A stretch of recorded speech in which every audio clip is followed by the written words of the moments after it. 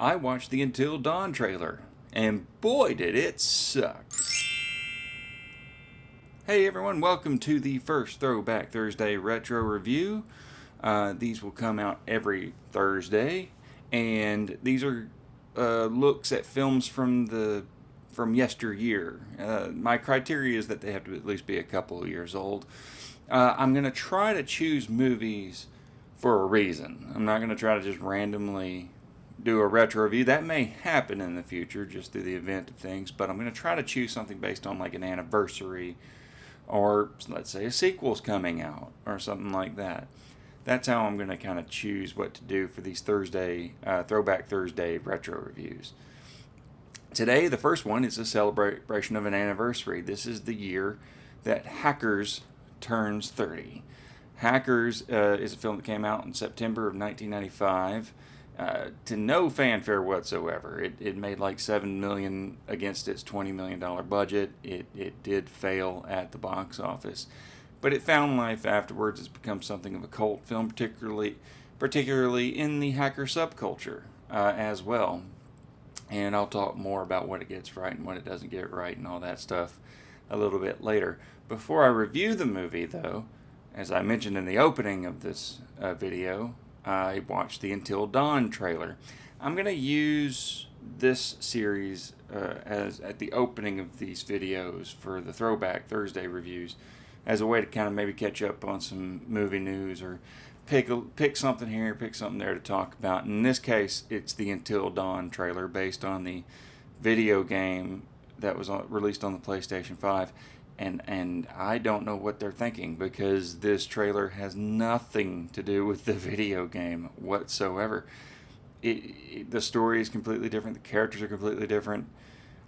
It's Until Dawn in name only. And so I was very, very disappointed in this trailer. It's like they went to Sony and went, hey, we want to make an Until Dawn movie. Great. Mansion, snowy mountains, killer on the loose. And they were like, oh, no. We're going to do something completely different. None of that stuff. Don't worry about any of that stuff. So I was very disappointed with the trailer for Until Dawn. Moving on, I do want to say goodbye to somebody today. A lot of people have been paying their tributes. This is my tribute now. David Lynch died last week, and I'll admit, I'm not going to sit here and act like I was some huge super fan of David Lynch's. I was not. I enjoyed his Dune adaptation, ironically. Probably one of his more hated movies. Eraserhead was just too weird for my blood, and I like weird, so that tells you how weird he is. I did enjoy Twin Peaks, which was a weird show, but my kind of weird, I guess. But overall, though, taking my own views out of it, I can objectively say the man was a visionary. He was a revolutionary in the world of filmmaking. He has undoubtedly left his mark, so hopefully he can truly rest in peace. I also want to give a brief shout out to Bob Uecker, who was, of course, a baseball commentator, but made his impact in the film world, particularly in the movie Major League. He was great in Major League. Stole every scene he was in. Very funny. Always looked like an old man. Never looked young. But he passed away at the age of 90. So he got to live a good, long life. And so my thoughts are out to his family as well.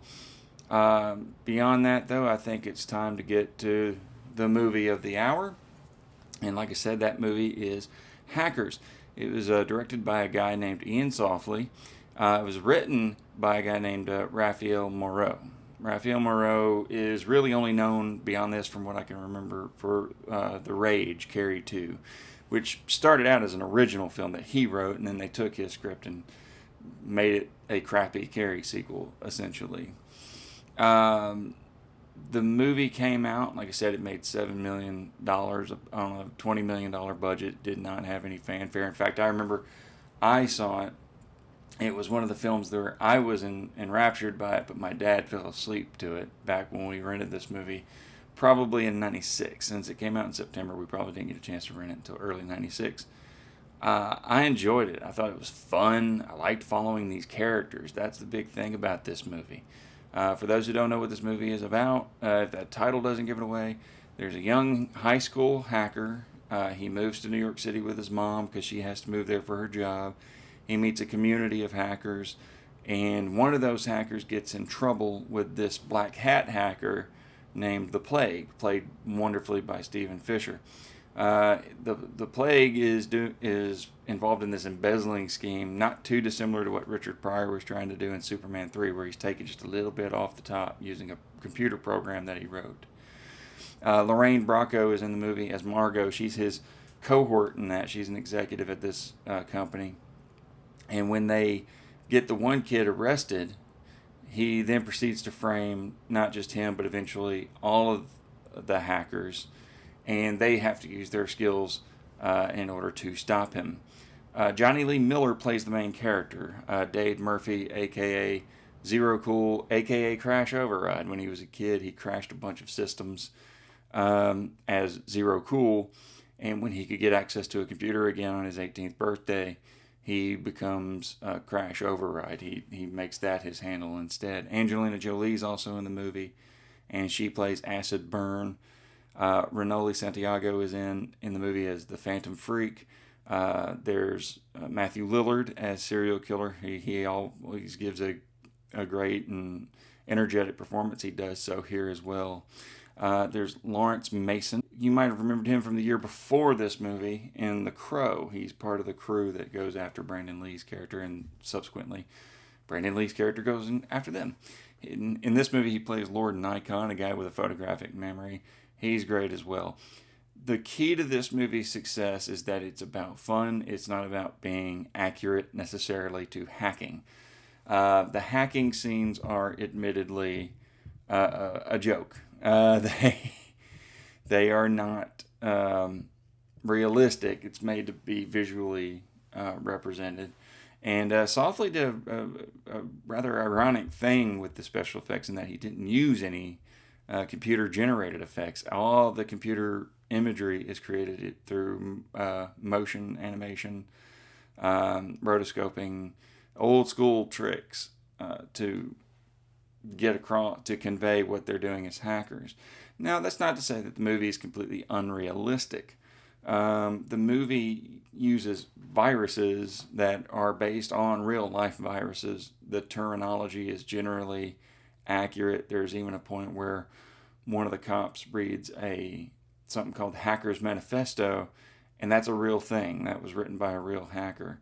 And some other fun facts about the movie is that the Gibson supercomputer is named after William Gibson, who wrote Neuromancer, and is largely believed to be the one who invented the term cyberspace.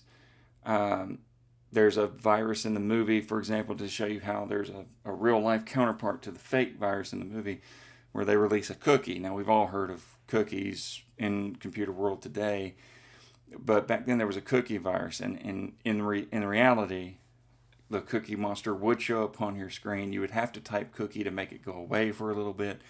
You could type Oreo and it would go away for a little bit longer. Well, there's a cookie virus in the movie, and there's even a point where the guy who's trying to help the plague stop it says, it's a cookie, what do I do? He's like, type cookie, you idiot. And, but that was a real way to deal with that virus. The performances, like I said, were good. One performance I didn't mention yet was Stephen Fisher as the villain. Every single protagonist needs a good villain, and Fisher Stevens definitely fits that bill. He's been on record as sometimes kind of being against this movie, that he ever did it. But I think he has since kind of found that there is an audience for this movie, so he's found that there is an appreciation for the movie that I don't think he knew was there, because the movie was not a hit for years. I mean, I didn't know there were any other fans of the movie until years later. I would ask someone, hey, have you ever seen Hackers? Like, oh God, yeah, I have seen Hackers. That's an awesome movie. Underrated movie. The other performances, Johnny Lee Miller is good as Dade, solid protagonist, our main protagonist in this ensemble. It's an early example of how talented Angelina Jolie was as an actress, and still is, but it's a good debut for her. Her and Dade's relationship, which is confrontational at first and maybe a little romantic later on, is also good. The gang is also great. Matthew Lillard is Matthew Lillard. If you don't like Matthew Lillard, then you're going to get the same thing from this movie if you're not a big fan of his acting. But Jesse Bradford plays Joey, the initial hacker that gets in trouble. Lawrence Mason and Renali Santiago are fantastic. Particularly Santiago as Freak and Mason as Nikon. They are a lot of fun. There's also a third sort of minor antagonist, if you will, and that's Secret Service agent Dick Gill. He's played by Wendell Pierce, and he is a lot of fun. They have a lot of fun with his character in the movie. There's particularly one set of scenes where they kind of mess with him by hacking his computer into his personal information. And so there's some fun to be had there. Now, the one performance I don't particularly like is Bracco as Margot. She's a great actress in everything else she's done. Goodfellas, of course, she was one of the main characters in Sopranos.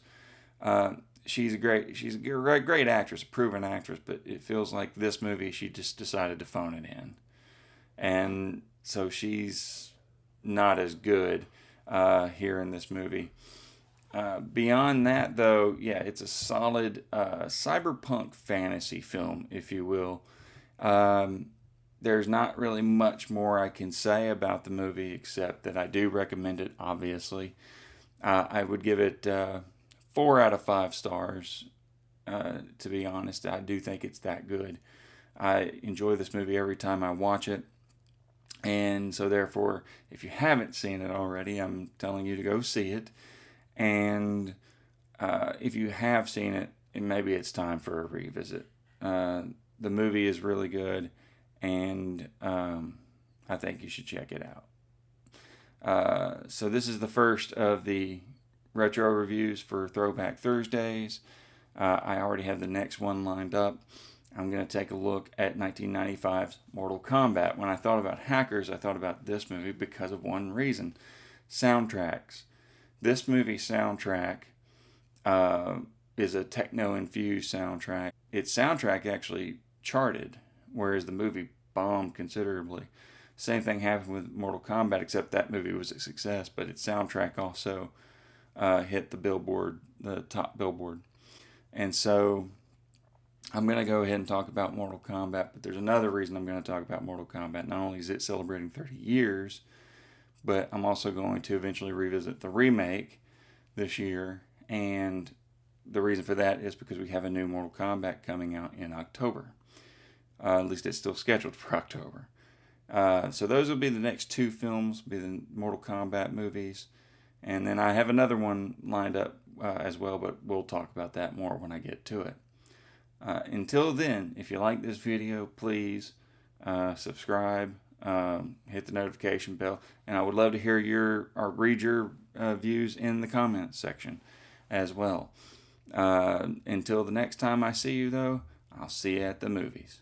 Please hang up and try again.